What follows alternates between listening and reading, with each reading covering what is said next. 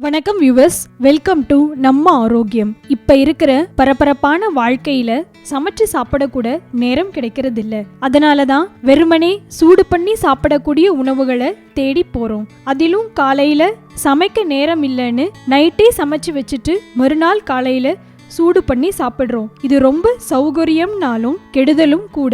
சில உணவுகள் சூடு பண்ணியே சாப்பிடக்கூடாதுன்னு இருக்கு. அது என்னன்னு பார்க்கலாம். சிக்கன்ல புரோட்டீன் அதிகம் இருக்கு. இத 2-3 முறைக்கு மேல சூடு பண்ணி சாப்பிட்டா நிறைய செரிமான பிரச்சனைகள் வரும். சிக்கனை வாங்கி சமைக்கும் போது தேவையான அளவு மட்டும் உபயோகிச்சுட்டு பாக்கிய ஃப்ரீசர்ல வச்சிடுங்க. மறுபடியும் தேவைப்படும் போது சமைச்சு சாப்பிடலாம். பாலக் அப்படிங்கிற பசலை கீரையில இரும்பு சத்தும் நைட்ரேட்டும் நிறைய இருக்கு.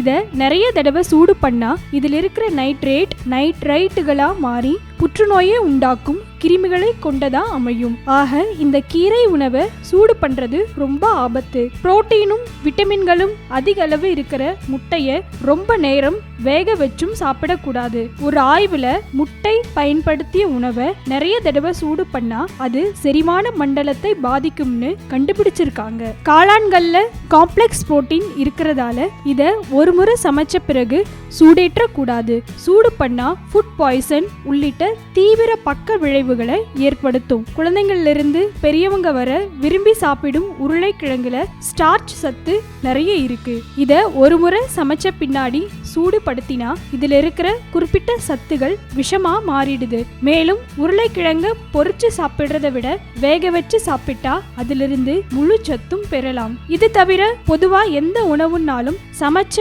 3 மணி நேரத்துக்குள்ள சாப்பிட்டு முடிச்சுட்டா அதுல இருக்கிற சத்துகள் அப்படியே உடம்புல சேரும். நிச்சயம் இந்த குறிப்புகள் உங்களுக்கு பயனுள்ளதா இருக்கும்னு நம்புறோம். இன்னும் இந்த மாதிரி ஆரோக்கியம் சம்பந்தமான குறிப்புகளை தெரிஞ்சுக்க மறக்காம நம்ம ஆரோக்கியம் சேனலை சப்ஸ்கிரைப் பண்ணுங்க.